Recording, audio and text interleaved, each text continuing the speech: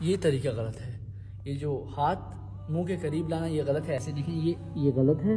اور دوسری چیز کہ اپنے بازو زمین کے ساتھ نہیں لگا سکتے آپ, یہ غلط ہے. یہ دیکھیں یہ ایسے یہ کتے کی طرح آپ بازو زمین کے ساتھ نہیں لگا سکتے.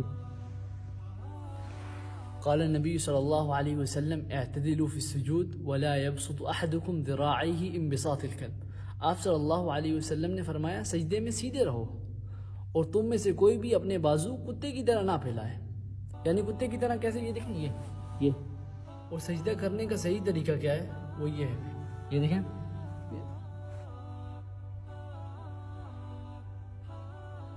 یہ صحیح طریقہ ہے سجدہ کرنے کا.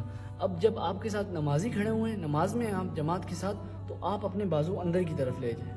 یہ دیکھیں یہ صحیح طریقہ ہے. ٹھیک ہے, اب آپ نماز میں تو بازو ایسے کرتے ہیں, ویسے ایسے آپ.